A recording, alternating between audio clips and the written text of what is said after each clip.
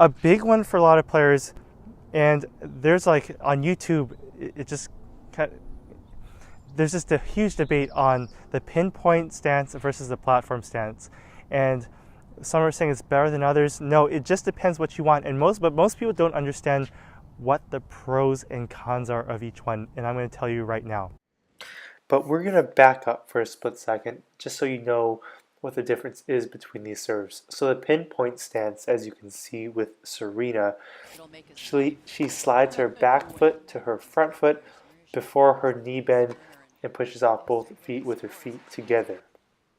And she has the greatest women's serve of all time. Now, Roger Federer and Pete Sampras included both use a platform stance with the feet separated and they push off hair. And I'm going to make the argument that the pinpoint stance has slight advantages in terms of creating and generating power, and the platform stance has some benefits, creating more stability, and you're going to see exactly why here. But more importantly, we're going to discuss the overriding factors so you can have both power and stability no matter what type of serve you choose. So this is a really good drill to do for your balance.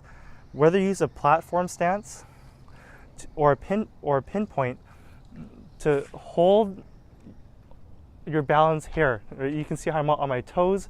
I'm balancing. I mean, this is pretty tough. I don't use a pinpoint stance. Okay, this is a little easier where I'm on my toes. Okay, but when your feet are wider apart like this, you have much more balance. Okay, but the downside is it's harder for me to use my legs up into my serve. Right? Try jumping as high as you can from here. If you can't, versus jumping as high as you can from here. When your feet are closer together, you can really push up more. When your feet are wider, like on the ground strokes, you can take more. You have more stability. You can absorb more power, but you get less pace. And so that's one of the big reasons you see Fed actually have a serve that's more placement based and more consistent in stability, whereas you see a lot of the bigger servers actually have a pinpoint stance. The downside of the pinpoint here is if your toss is a little bit off or you're leaning a little bit, well, that can create a lot of inconsistencies on your serve also. So if you have a pinpoint stance, my recommendation to you is make sure you have a good toss, get the toss in the right place, visualize the toss going up, and also to really work on your balance here. Be able to hold this, and I'm having trouble with this, hold that on with as best balance as you possibly can.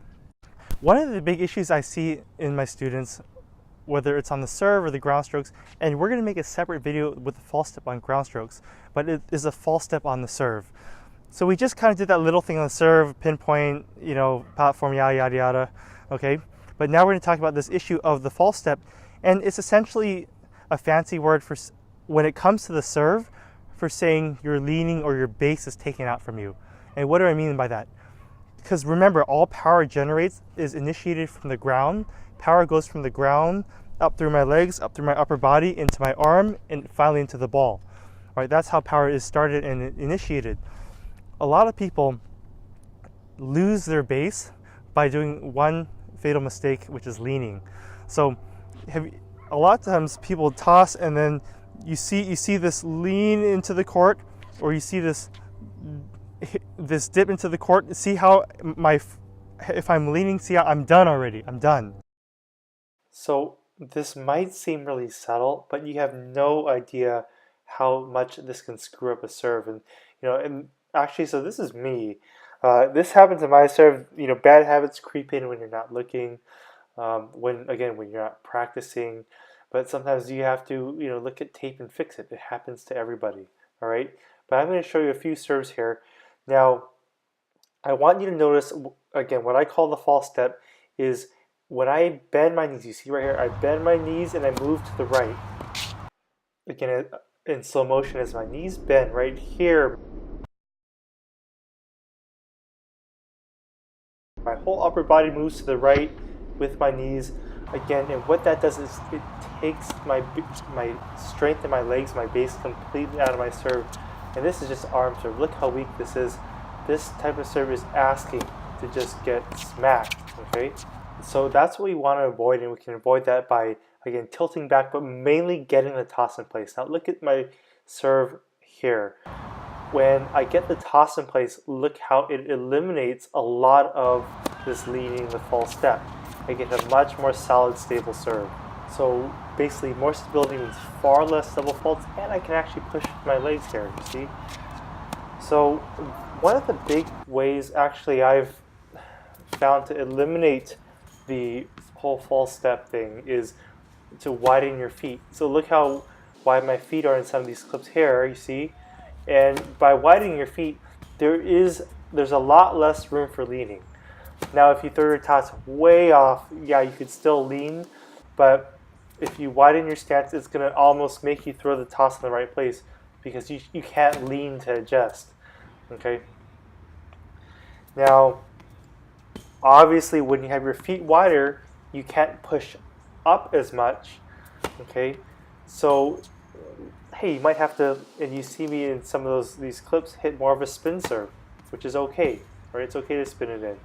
Now these are a little flatter, and you can still hit it pretty hard. Sometimes you might have to sacrifice a little power for more stability, but that's okay. You know, it all evens out in the end, whether you have more power or less power, more stability or less stability, you can still be an effective server. Once your weight shift is off, you can't push from a stable position.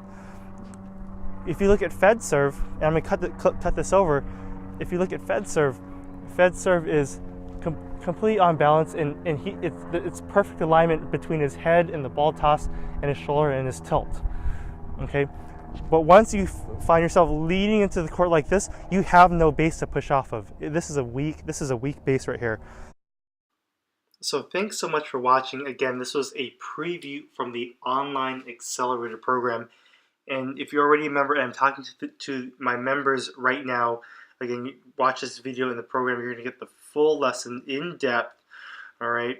Now, if you haven't already, and more than likely most of you guys are just getting the free stuff, which is great. I want you to continue getting the free stuff. I want to put more stuff out in the near future. Either way, if you haven't liked and subscribed, make sure to subscribe right now so you don't miss the next one. All right, so the online accelerator program, and I keep saying this again and again, look, because when I was a junior growing up, 10, 15 years ago, we didn't have tools like this where you can learn online and get the best information, really for less than a price of a lesson. You get the full suite of concepts around your game, take your game to the next level. So I'm going to put the link below. I'll see you in the online accelerator program, and stay tuned for the next posting and the next free video as well.